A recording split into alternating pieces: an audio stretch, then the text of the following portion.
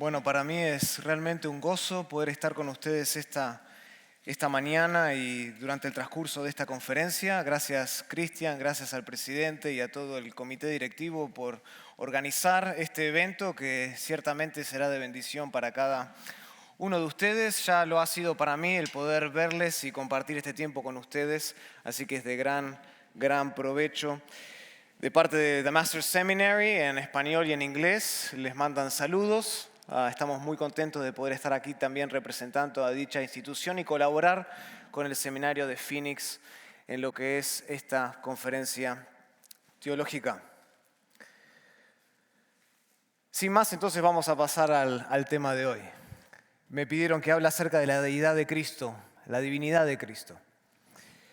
Creo que no hay ninguna pregunta más importante que nos podamos hacer en la vida, más que ¿quién es Jesús?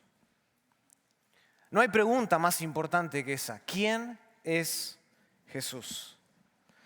Esta fue la pregunta que encabezó la portada de la revista Time en el año 1988. ¿Quién es Jesús?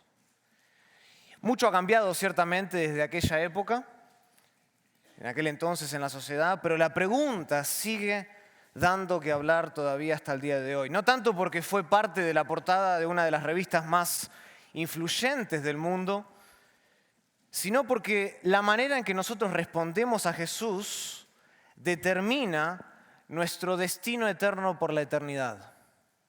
¿Quién es Jesús?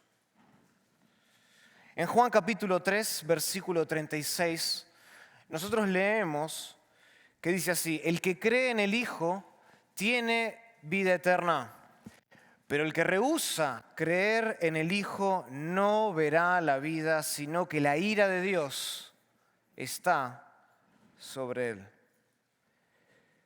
¿Quién es Jesús? Y este versículo indica que solo hay dos maneras de responder esta pregunta. Solo hay dos maneras de responder a esta pregunta clave en la vida. Una respuesta conlleva a la vida, la otra a la condenación eterna. ¿Quién es Jesús? ¿Quién es Jesús para ti?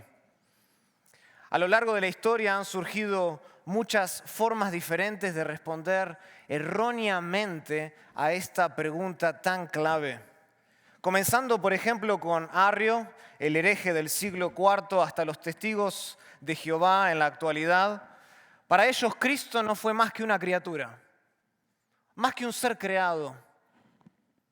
Para los socinianos del siglo XVI y los unitarios modernos, Cristo, Jesús, es un hombre santísimo, es un hombre perfecto, pero solo es un hombre. Y más recientemente, en el siglo XIX, los teólogos liberales sugirieron que Cristo fue un gran maestro moral, fue un gran activista social que fue mal interpretado por los líderes religiosos de aquella época.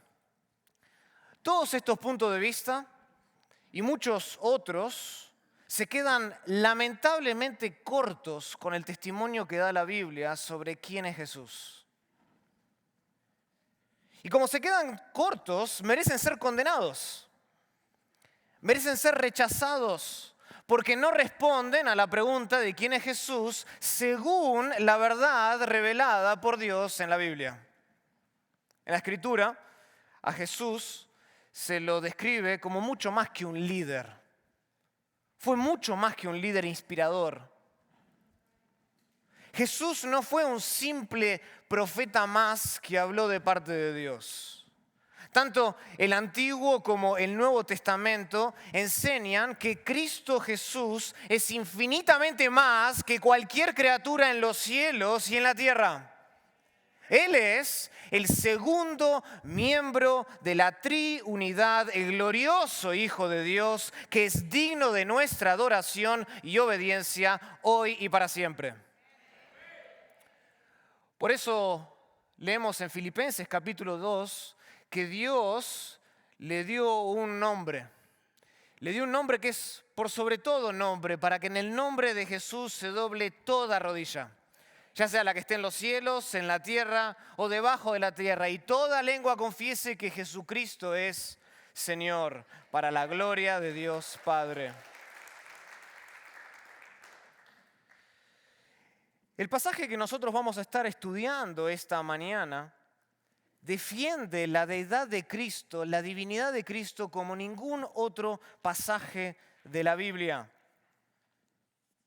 Contiene una explicación maravillosa, deslumbrante, sublime, concerniente a la naturaleza de quién es Jesús, la naturaleza divina de Cristo. Entonces me gustaría que esta mañana abran sus Biblias, si las trajeron, a Juan capítulo 1. Juan capítulo 1.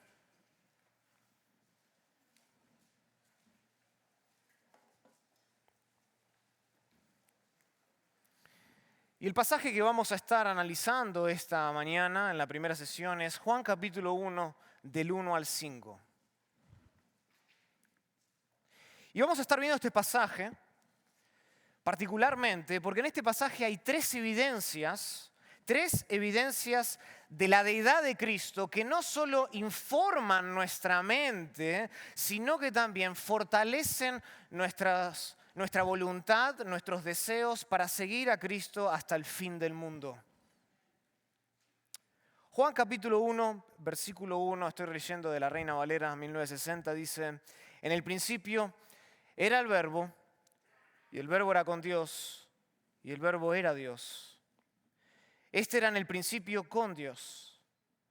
Todas las cosas por Él fueron hechas, y sin Él nada de lo que ha sido hecho fue hecho. En Él estaba la vida, y la vida era la luz de los hombres. La luz en las tinieblas resplandece, y las tinieblas no prevalecieron contra ella. Oremos al Señor. Querido Padre, venimos delante de ti esta mañana con corazones listos para escuchar tu voz. Tu voz, la cual escuchamos a través de tu palabra. Tú has sido clara en tu palabra, nos has dejado un registro inspirado, infalible, suficiente para nuestras necesidades en la palabra de Dios. Y hoy venimos a escuchar tu voz por medio de la predicación fiel de tu palabra. Pedimos que tu Espíritu obre en nuestro corazón para que haya un terreno fértil, listo, preparado para recibir estas palabras y atesorarlas en el corazón. Porque si nos confundimos con Jesús, perecemos para siempre. Y no hay pregunta más importante en la vida que nos podamos hacer sobre la naturaleza de Cristo. ¿Quién es Jesús para nosotros? Venimos a ti, oh Dios, en necesidad. Venimos a ti buscando, oh Dios, que nos hables y que nos des entendimiento por sobre todo. Lo pedimos todo esto en el nombre de Cristo Jesús. Amén. Amén. Tres evidencias de la deidad de Cristo. La primera evidencia que vemos en este pasaje de la deidad de Cristo es su preexistencia. Si están tomando notas, ese es mi primer punto. La preexistencia de Cristo. Juan comienza su relato del Evangelio de la siguiente manera, lo acabamos de leer, versículos 1 y 2. En el principio, dice, era el Verbo. Y el Verbo era con Dios, y el Verbo era Dios. Este era en el principio con Dios. Noten que dos veces este pasaje afirma la frase en el principio, y esta frase nos remonta automáticamente al primer versículo de la Biblia, ¿no es así? Génesis capítulo 1, versículo 1. En el principio creó Dios los cielos y la tierra. Es decir, el paralelismo es obvio, no hay dudas al respecto. Hay una conexión muy clara, muy estrecha entre Juan capítulo 1, 1 y 2 y Génesis capítulo 1. Y Juan está entrelazando, Juan está conectando estos dos pasajes porque quiere enfatizar la deidad de Cristo. Y el punto es este, hermanos. El punto es que en el mero principio de todo, Cristo ya existía. Cristo ya existía. Cristo no es un ser creado. No lo es. Él no vino a existir cuando todas las demás cosas comenzaron a existir. Noten que el texto es claro en ese sentido. Versículo 3. Todas las cosas por Él fueron hechas. Quiere decir que Él ya existía antes de que todas las cosas fuesen hechas. Él existía desde toda la eternidad. De hecho, esto es interesante porque esto quiere decir, indica, sugiere que Cristo es incluso anterior al tiempo, al concepto del tiempo. ¿El tiempo comenzó cuándo? Con la creación del universo. Antes de la creación del universo, antes de la creación del mundo, solo había eternidad. No habían días para contar, solo había eternidad. Cristo es incluso anterior al concepto mismo de tiempo. Y el hecho de que Cristo existía desde la eternidad apunta a su deidad porque solo Dios es eterno.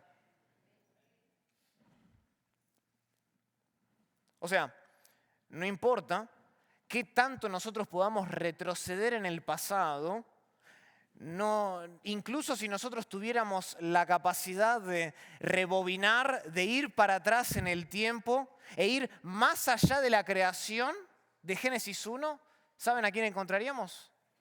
A Cristo. Cristo ya existía. Cristo estaría ahí. Él es antes que todas las cosas. Y este es el mismo testimonio que Jesús da acerca de sí mismo. ¿Se acuerdan en la oración de Jesús al Padre en Juan 17? Juan 17, Jesús le ora al Padre, versículo 5 de Juan 17, y dice, ahora pues, Padre, glorifícame tú al lado tuyo con aquella gloria que tuve contigo, ¿cuándo? Antes que el mundo fuese. Este es el testimonio de Cristo. Lo pueden leer de nuevo después en Juan 17, versículo 24. Cristo afirma de nuevo lo mismo. Antes que el mundo fuese establecido, Él compartía gloria con el Padre. Cristo siempre ha existido. Y esto se hace incluso mucho más evidente cuando nosotros consideramos el tiempo del verbo es en Juan capítulo 1, versículo 1 y 2. Noten que en Juan capítulo 1, versículo 1 y 2, Juan repite este verbo, el verbo es, 4 veces. Mediante la forma era, noten. En el principio era el verbo, y el verbo era con Dios, y el verbo era Dios, era en el principio con Dios, 4 veces, mismo verbo, misma forma, para describir, noten, una acción continua que no considera el tiempo, que no considera el principio, no considera el fin. Esta forma del verbo habla de la preexistencia eterna del verbo divino. Algunos comentaristas lo llaman y hablan acerca de este verbo como que denota una realidad supratemporal de la existencia de Cristo, más allá del tiempo. Él ya existía, antes del principio. O sea, piénsenlo de esta manera. Nunca hubo un tiempo cuando Cristo no era. Nunca lo hubo. Y lo que a mí me llama más la atención en este pasaje, no solo es el tiempo del verbo, no solo lo que dice acerca de Cristo, pero lo que es aún incluso más significativo es que en griego existen 2 verbos distintos que se usan comúnmente para expresar la idea de ser. Existen 2 verbos que son muy comunes. Hay un verbo que se refiere a cosas que empiezan a existir. Por ejemplo, en el versículo 3 se usa este verbo, dice, todas las cosas por Él fueron hechas. Por Él comenzaron a existir. Y ni sin Él, nada de lo que ha sido hecho fue hecho. Versículo 10, en el mundo estaba y el mundo por Él fue hecho, comenzó a existir. Pero este no es el verbo que se utiliza en Juan capítulo 1, versículo 1 y 2. No es ese verbo el que se usa.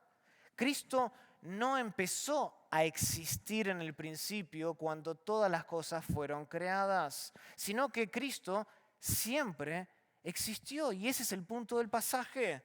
El verbo no tiene principio. Él es y por siempre será el increado y eterno Dios. Y esto es, en esencia, hermanos, lo que diferencia a Cristo de los otros dioses inventados por nuestro corazón humano. Calvino decía que nuestro corazón es esa fábrica, ese taller perpetuo de crear ídolos. Y lo que diferencia a Cristo de cualquier ídolo creado en nuestro corazón es esto, que el verbo siempre ha existido. Siempre ha existido. Y nunca hubo momento en la historia en el que el verbo comenzó a ser Dios. Él siempre fue Dios.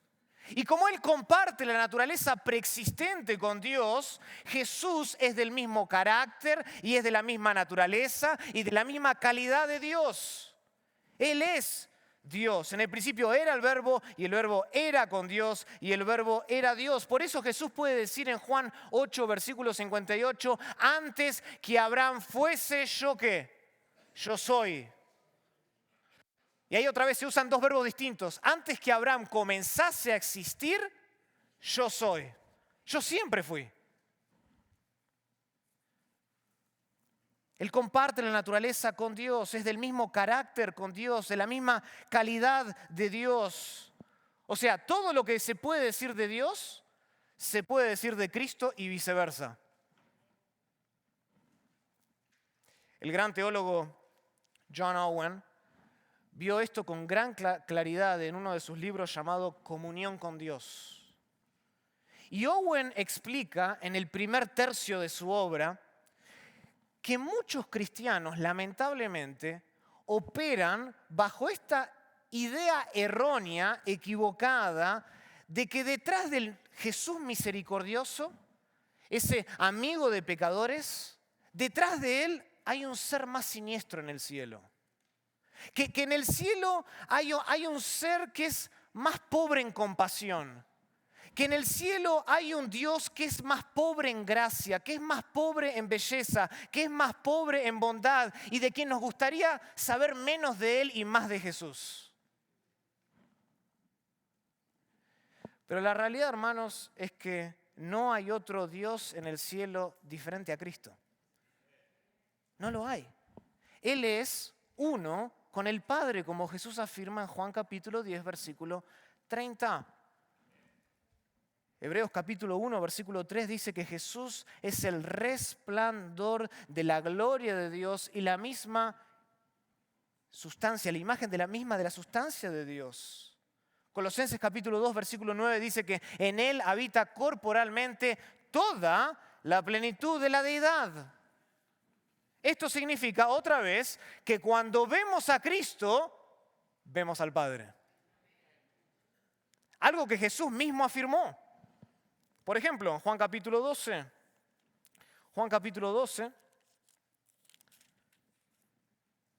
versículo 44, Jesús clamó y dijo, el que cree en mí no cree en mí, sino en el que me envió. Y el que me ve, ve al que me envió.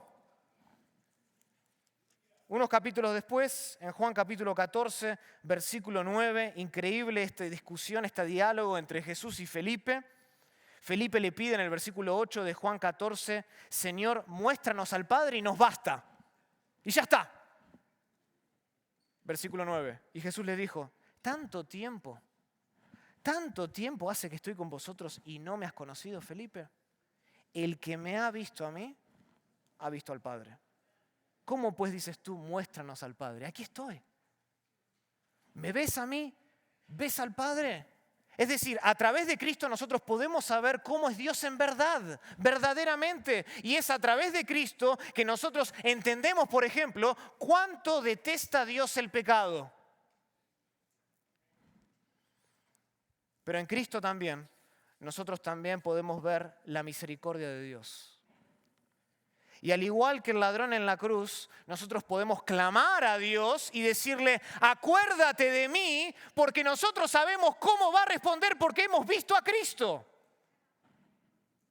En el cielo, hermanos, no hay un Dios más malvado. En el cielo no hay un Dios más desgraciado que se complace en la muerte del impío. No. Incluso desde el Antiguo Testamento, algo que es muy común entre creyentes es afirmar, no, dame al Jesús del Nuevo Testamento, no al Dios del Antiguo Testamento. Pero incluso desde el Antiguo Testamento nosotros vemos que a Dios se lo describe como ¿qué? Éxodo capítulo 34, como un Dios misericordioso y piadoso, tardo para la ira y grande en misericordia y verdad. Ese es Dios. Es decir, otra vez, lo que vemos en Jesús es lo que hay en Dios. Y si vemos a Cristo, hemos visto al Padre. Y solo por medio de Cristo nosotros podemos conocer a Dios verdaderamente. Porque Él nos muestra a cabalidad, Él nos muestra en detalle a Dios, porque Él es mismo un Dios preexistente. Él es Dios hecho carne. Y Él ha disfrutado desde la eternidad la comunión más íntima con el Padre, con el Espíritu Santo. Él ha estado en esa comunión íntima, profunda con Dios. Por esta razón, en Hebreos capítulo 1, nosotros leemos que en los postreros días Dios ha decidido hablarnos por medio de ¿quién? Del Hijo. Hebreos capítulo 1, versículo 1 dice, Dios, habiendo hablado muchas veces y de muchas maneras, en otro tiempo, a los padres por los profetas, en estos postreros días nos ha hablado por el Hijo, a quien ha constituido heredero de todo y por quien asimismo hizo el universo.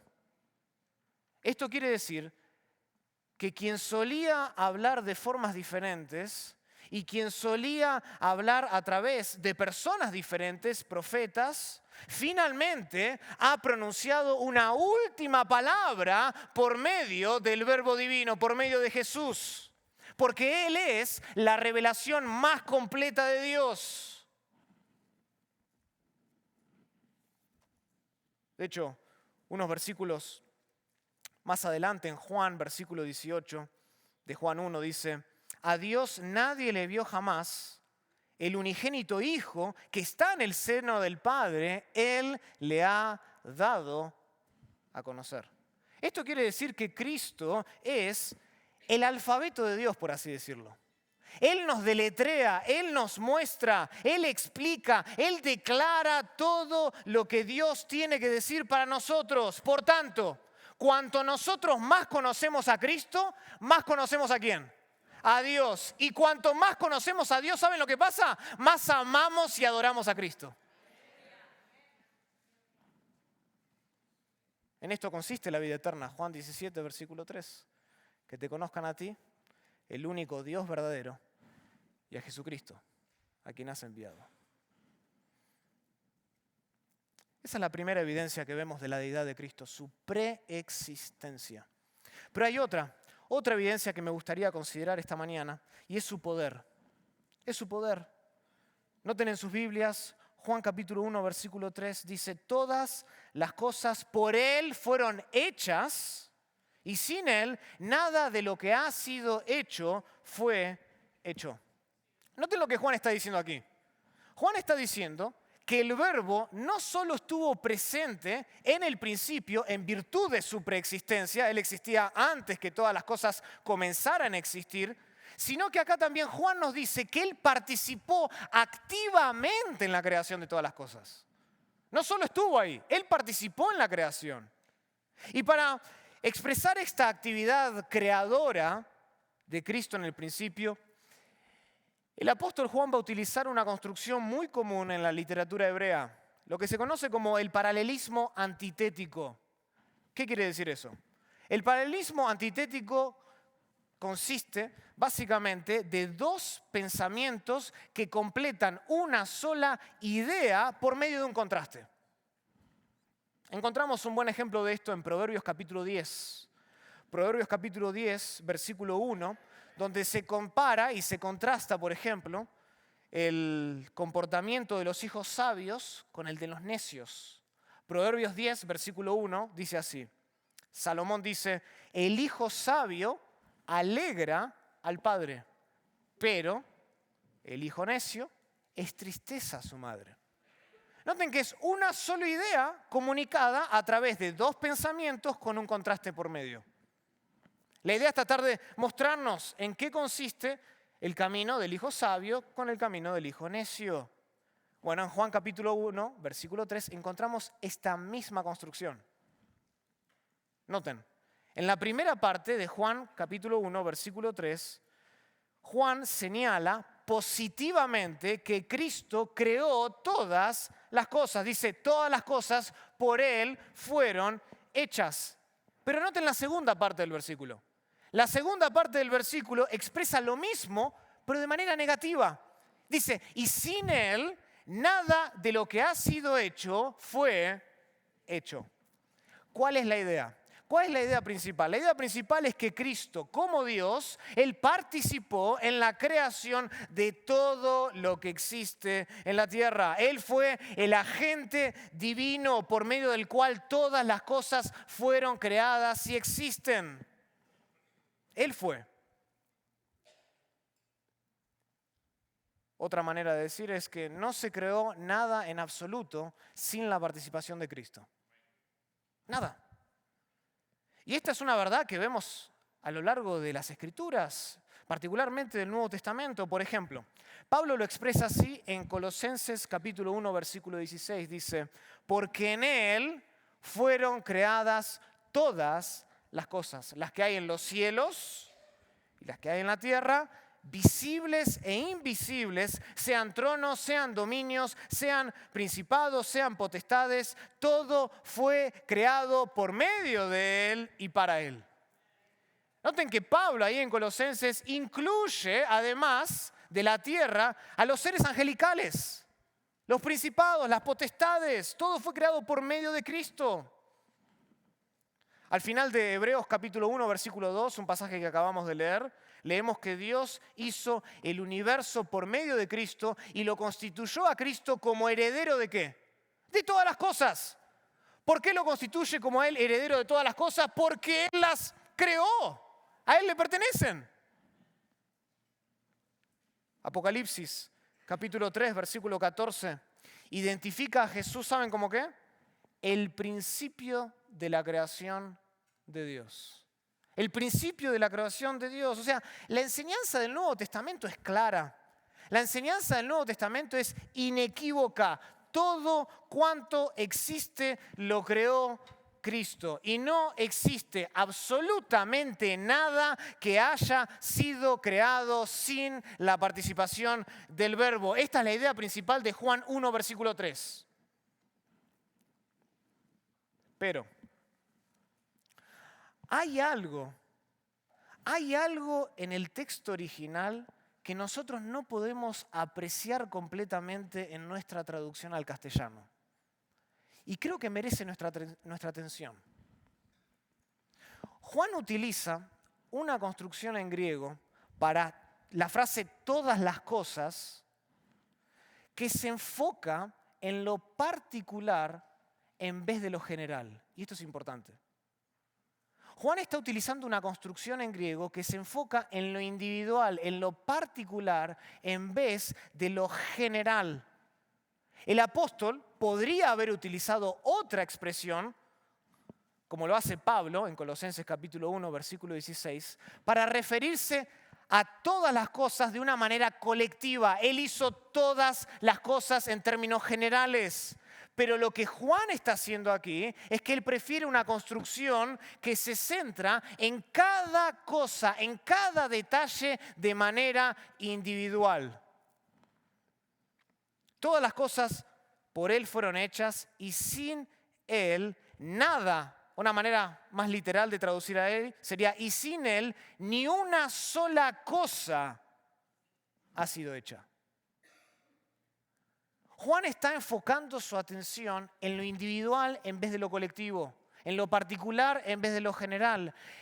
Y a mí me gusta ilustrarlo de esta manera. Es como que si Juan nos está llevando a una galería de arte y abre las puertas de la galería del arte y nos dice, vengan, miren aquí, miren esto, Vengan conmigo, fíjense en este detalle de esta obra maestra. Fíjense en la pincelada del autor.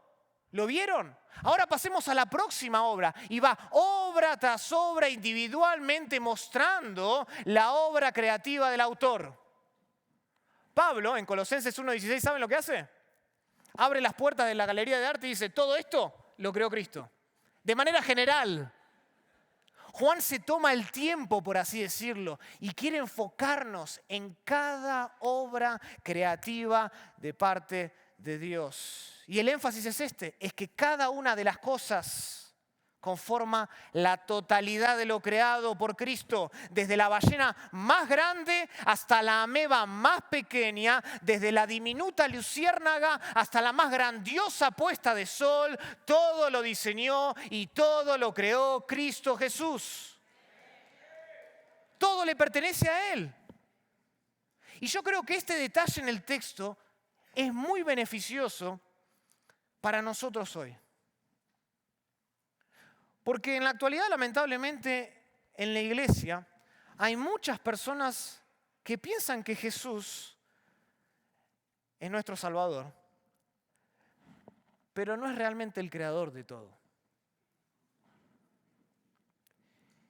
Y muchos andan en la iglesia sospechando del poder de Cristo.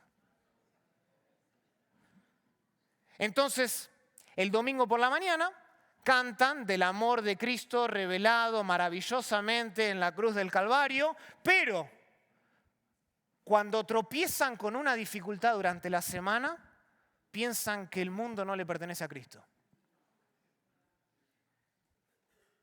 Que está más allá de su poder. Y por supuesto, es cierto, que el mundo presente es mucho más diferente al diseño original de Cristo. Génesis capítulo 1, ¿se acuerdan? Versículo 31, que vio Dios lo que había creado después del sexto día y era bueno en gran manera. Era perfecto. Y los resultados de la caída nosotros sabemos que no solo afectaron a la raza humana, sino que también afectaron al mundo entero. Romanos capítulo 8 dice que el mundo está gimiendo, que fue sujetado a vanidad. En su primera epístola, Juan llega a decir que el mundo entero está bajo el maligno. Primera de Juan capítulo 5, versículo 19. Está bajo el maligno. Él es el príncipe de este mundo.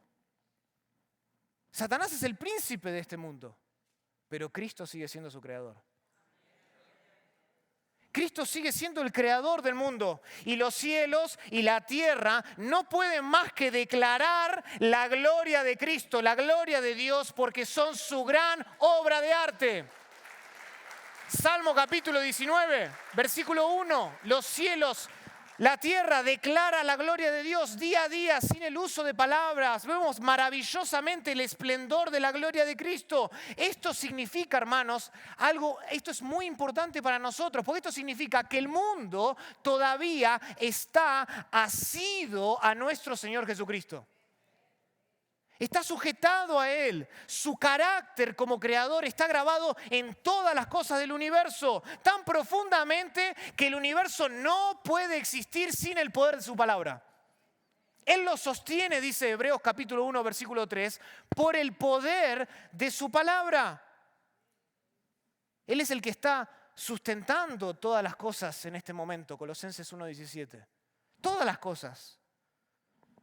O sea, el mundo entero, el mundo completo pende del brazo de Jesús, del brazo de Cristo. Entonces, no hay ninguna cosa que te pueda suceder, ni a ti ni a mí, por accidente en la vida.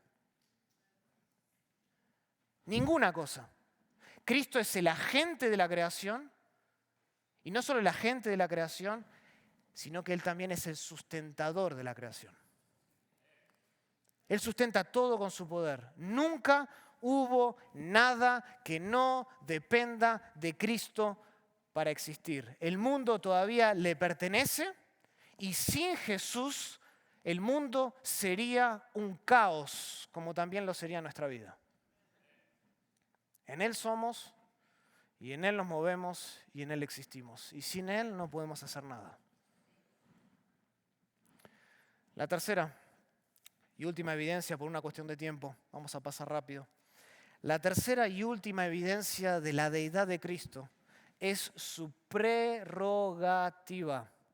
Vimos la preexistencia, vimos el poder creativo. Ahora quiero que veamos la prerrogativa, más específicamente la prerrogativa que tiene Cristo para dar vida. ¿Escucharon eso? La prerrogativa que tiene Cristo para dar vida. Noten cómo Juan concluye este pasaje. Vuelvan a sus Biblias, Juan capítulo 1, versículos 4 y 5. En él estaba ¿la qué? La vida. Y la vida era la luz de los hombres. La luz en las tinieblas resplandece y las tinieblas no prevalecieron contra ella. O sea, noten lo que este versículo añade. Este versículo nos está diciendo que además de crear los cielos, además de crear la tierra, además de crear todo lo que en ellos hay, Cristo además tiene la capacidad de llenar todo eso con vida. Todo. Y esto es evidente ¿dónde? En los primeros capítulos de Génesis. Especialmente con la creación de los seres vivientes en los días 5 y en los días 6. Pero la capacidad que tiene el verbo de dar vida se hace aún mucho más claro cuando crea la humanidad. En Génesis capítulo 1, versículos 26 y 27. No vamos a ir ahí otra vez por cuestión de tiempo, pero pueden leerlo después, Génesis 1, 26 y 27, cómo Dios crea al hombre a su imagen y semejanza. Y Génesis capítulo 2, que es una descripción más detallada realmente de lo que pasa en ese sexto día, en el versículo 7, Moisés señala que Jehová Dios formó al hombre del polvo de la tierra y sopló en su nariz aliento ¿de qué? De vida. Y fue ahí cuando se sopló el aliento de vida, dice que el hombre pasó a ser un ser viviente. Hermanos, solo Dios tiene la prerrogativa, la facultad, el poder de dar vida. Pablo en 1 Tesalonicenses capítulo 1 versículo 9 dice que Él es el Dios vivo y verdadero. Solo Dios tiene la capacidad de dar vida. Entonces, esto quiere decir que si solo Dios tiene la capacidad de dar vida y si Cristo participó en la creación de todo el mundo, eso indica que Él también tiene vida en sí mismo y comparte la prerrogativa divina de dar vida a otros. Habla de la divinidad de Cristo. Al igual que Dios, Cristo no depende de ninguna cosa para existir. Noten, Juan capítulo 5, versículo 26. Juan capítulo 5, versículo 26. Jesús está hablando y dice, porque como el Padre tiene vida en sí mismo, así también ha dado al Hijo el tener vida ¿en qué? En sí mismo. En sí mismo. El verbo no depende de ninguna fuente externa para vivir. De hecho, nuestro Señor Jesucristo no solo tiene vida en sí mismo y da vida a otros seres vivientes, sino que por definición Cristo es la vida. Juan capítulo 14, versículo 6, Cristo mismo declara, yo soy el camino, la verdad y la vida. Nadie viene al Padre sino por mí. Por esta razón, Juan puede afirmar aquí en el versículo 4 del capítulo 1 y decir que en él estaba la vida. O literalmente, ¿saben cómo lee el versículo? En él era la vida. Es el mismo verbo que se utiliza en el versículo 1 y en el versículo 2. En él era la vida sin principio ni fin. En él existía. Todo el universo cae en la categoría de comenzar a existir. En algún momento el universo comenzó a existir porque hubo un momento en el que no existía. Toda la creación recibe su vida de afuera. Alguien lo tuvo que crear, tú y yo. Nosotros tenemos una vida prestada, no es nuestra. Nosotros dependemos de cosas externas para vivir, la comida, el sueño, el descansar. Pero Cristo no depende de nada para existir. de nada ni de nadie. Él es la definición de la vida y Él deriva su vida de sí mismo. No depende de nada, no depende de nadie para vivir. Y nosotros no es que fuimos creados porque Él necesitaba algún amiguito y se sentía solo. No nos necesita para vivir. Él es Dios desde la eternidad pasada y lo seguirá siendo hasta la eternidad futura. Hechos 17, versículo 28 dice, en Él, hablando de Cristo, vivimos y nos movemos y somos. Nosotros no podemos vivir, nosotros no podemos movernos y nosotros no podemos ser sin la vida de Cristo. No podemos. Pero el verbo siempre se ha movido, el verbo siempre ha vivido y el verbo siempre ha sido. Y siempre será. Él es el que es, el yo soy el que soy. O sea, no hay duda entonces de que la vida proviene de Cristo. No hay ninguna duda. Jesús es la fuente de todo y de todos los seres vivientes. Pero lo que me llama la atención en este pasaje es que Juan no solo está hablando de la vida física. En el versículo 3 está hablando de la vida física. Pero cuando nosotros leemos el relato del Evangelio de Juan, Juan utiliza mucho esta palabra vida para hablar principalmente no de la vida física, sino de la vida que viene de arriba. Juan capítulo 3, la vida eterna. Juan capítulo 10, la vida abundante. Esto quiere decir que la palabra vida en el versículo 4 también tiene un sentido espiritual. No solo está hablando del mundo creado, no solo está hablando de la vida física, está hablando también de la vida espiritual. Y por este motivo, Juan inmediatamente identifica a la vida como ¿qué? Noten, versículo 4, en Él estaba la vida. ¿Y la vida era qué? La luz. Noten cómo define Juan a la vida. Como luz. Y aquí luz no puede tener un sentido físico, porque en el versículo siguiente el apóstol señala que los hombres pecadores no la hacen suya. Pero no está hablando de la luz física. Nosotros leemos en Mateo 5 que Dios el Padre hace salir el sol tanto a buenos como malos, ¿no? Como justos como impíos. No está hablando de la luz física, está hablando acá de la luz espiritual. Está hablando por consiguiente de la vida también espiritual. Y la razón, creo yo, por la cual Juan define a la vida como luz es para clarificar el propósito de Cristo en la encarnación. Algo de lo cual va a hablar después en el versículo 14. Que aquel verbo fue hecho carne, aquel verbo que existía desde el principio, que era Dios, que estaba con Dios, que es el creador de todas las cosas y el sustentador de todas las cosas, ese verbo en el cual moraba y habitaba la vida, se hizo carne. Y Juan define la vida como luz. ¿Por qué? Porque la luz habla de manifestación. La luz es una imagen de revelación, de algo que irradia. Y así sucedió cuando el verbo se hizo carne. Vino a revelar, a manifestar, a mostrarnos al Padre. De modo que la luz es la vida de Dios manifestada en la persona de Cristo.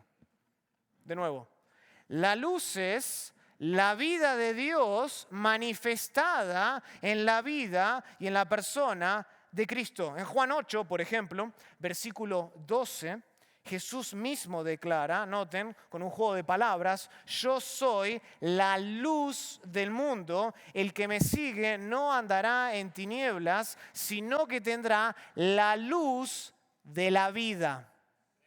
Noten que vuelve otra vez a entrelazar estos dos conceptos, la luz y la vida. Y habla justamente de su propósito en la encarnación. Cristo vino a la tierra, Cristo se hizo hombre, vino al mundo para darnos vida eterna y solo Jesús puede proporcionar esa vida. Solo en Jesús hay salvación. Hechos capítulo 4, versículo 12, no hay otro nombre dado a los hombres en el que le podamos ser salvos, sino en Cristo. Primera de Juan, capítulo 5, versículo 11, dice, y este es el testimonio, que Dios nos ha dado vida eterna y esta vida está en su Hijo. Ahí está la vida. El que tiene al Hijo, tiene a la vida. Y el que no tiene al Hijo, no tiene la vida. Hermanos, no hay salvación aparte de Cristo porque no existe otro ser que tenga la prerrogativa de dar esta clase de vida. No hay otro ser. La vida eterna proviene únicamente de parte de Dios y como Jesús es Dios, Él puede otorgar esa vida a otros.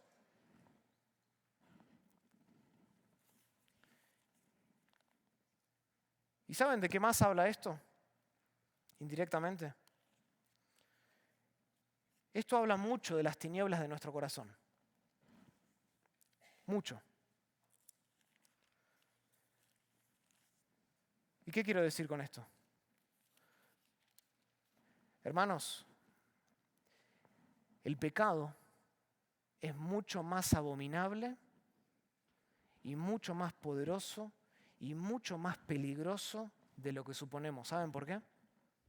Porque Dios mismo tuvo que encargarse de nuestra miseria espiritual. No había otro ser que se pueda encargar de tu pecado, excepto Dios mismo. Porque nadie tenía el poder para vencer tu muerte con este tipo y clase de vida espiritual. Solo Dios. Nadie sino Cristo era capaz de rescatarnos de nuestra condición de muerte espiritual. Y esto significa que la salvación le pertenece exclusivamente a nuestro Señor Jesucristo, porque como es Dios, Él tiene la capacidad de llenar nuestro corazón con vida abundante. No vida que dura unos días, vida que dura para siempre. En Efesios 2, Pablo relata esta imagen, y habla de la miseria de nuestro corazón, y él dice, versículo 1, y Él os dio vida a vosotros cuando estabais muertos en vuestros delitos y pecados, en los cuales anduvisteis en otro tiempo, siguiendo la corriente de este mundo conforme al príncipe de la potestad del aire. Versículo 3, entre los cuales también todos nosotros vivimos en otro tiempo en los deseos de nuestra carne, haciendo la voluntad de la carne y de los pensamientos, y éramos por naturaleza hijos de ira, lo mismo que lo demás. Versículo 4. Pero Dios, que es rico en misericordia, por su gran amor con que nos amó, aun estando nosotros muertos en pecado, nos dio vida juntamente con Cristo. Por gracia sois salvos. Tan miserable es nuestro pecado que Dios mismo tuvo que encargarse de nosotros. Ciertamente el pecado es muy grave, pero Cristo es mucho más grande. Y ciertamente el pecado es profundo, pero Cristo es mucho más poderoso. Y ciertamente el pecado es miserable, pero Cristo es mucho más magnífico. Por eso Juan más adelante dice que todo aquel que cree en Jesús tiene vida eterna. Porque solo Él puede otorgarla, nadie más. Nadie más puede hacerlo. Sin ninguna duda, entonces podemos concluir que Juan 1, del 1 al 5, enseña la divinidad, enseña la deidad de Cristo. Las 3 líneas de evidencia que hemos examinado esta mañana son suficientes para convencernos de manera concluyente y final de que Jesús es Dios. Este pasaje, hermanos, escuchen, este pasaje no permite lugar para la neutralidad. Este pasaje no da espacio ni permite espacio para el intercambio respetuoso con otras posturas diferentes sobre si Jesús era Dios o no lo era, o Cristo es Dios o no lo es.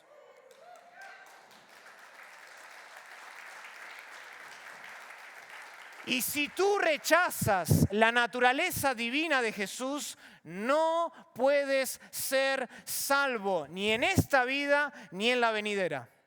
Martín Lutero solía decir esto: si nosotros le despojamos, si nosotros le robamos, si nosotros le quitamos la deidad a Cristo, no hay ninguna ayuda contra la ira de Dios ni ningún rescate de su juicio. O Cristo es Dios o no lo es. Y como dije anteriormente, solo hay dos maneras de responder a esta pregunta: ¿quién es Jesús? Una, afirma su deidad y conlleva la vida eterna. La otra, niega la deidad de Cristo y produce condenación para siempre. Entonces, informemos nuestra mente diariamente con la verdad revelada de parte de Dios en la palabra de Dios para guardar nuestros pensamientos, nuestra manera de pensar del engaño. Y encendamos nuestro corazón con la adoración y la obediencia que Jesús se merece por ser el único Dios verdadero. Él es digno, como dice Apocalipsis capítulo 4, versículo 11, de recibir la gloria y la honra y el poder por los siglos de los siglos. Amén. Oremos al Señor. Querido Padre, te damos gracias. Gracias porque este pasaje nos muestra de manera extraordinaria la deidad de Cristo. Y no es de sorprender entonces que este pasaje también sea uno de los más atacados. Porque personas quieren poner en duda la divinidad de Jesús y quieren hablar de otros caminos al cielo en un mundo totalmente pluralista y secular.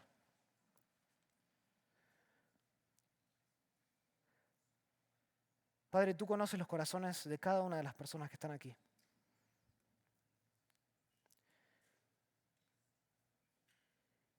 Y mi pregunta para ti esta mañana es: ¿quién es Jesús?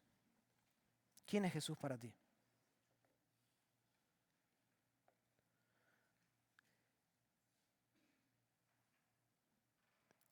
Si tú no crees en la divinidad de Cristo, perecerás eternamente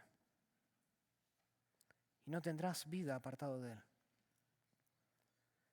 Si este eres tú y tienes dudas al respecto de la divinidad de Cristo, te invito hoy, la invitación es gratuita, te invito a que vengas a la cruz del Calvario y que veas en la cruz que el que estaba colgando era Dios mismo hecho carne, para lidiar con lo que tú no puedes lidiar contigo mismo, que es el poder de tu pecado, que te condena, que te mata, que te promete muchas cosas pero que nunca te las da.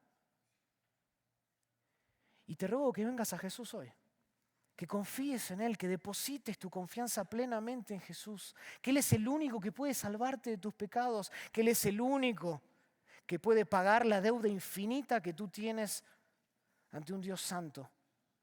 Él es el único que te puede levantar de entre los muertos, porque Él ha conquistado la muerte mismo. Y si no tienes al Hijo, tú perecerás algún día. Y para aquellos que sí hemos confiado en el Hijo, que amamos al Hijo, que hemos besado al Hijo, como dice el Salmo capítulo 2. Señor, sigue infundiendo en nosotros esta convicción profunda de la particularidad, la exclusividad de Cristo para la salvación, de que Él es Dios y que solo Él puede curar nuestras mentes, darnos un corazón nuevo y vivo que lata para ti todos los días con deseos e intenciones nuevas.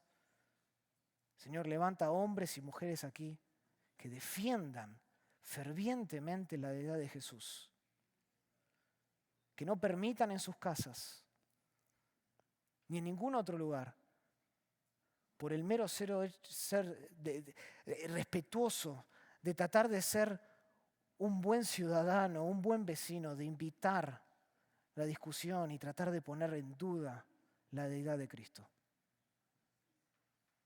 Levanta leones que defiendan tu verdad, no la nuestra. Porque es solo por el conocimiento de la verdad, quien es Cristo Jesús, que podemos ser salvos hoy y para siempre. Bendícenos, Padre, en el resto del día, en el nombre de Cristo Jesús, el Rey victorioso. Amén.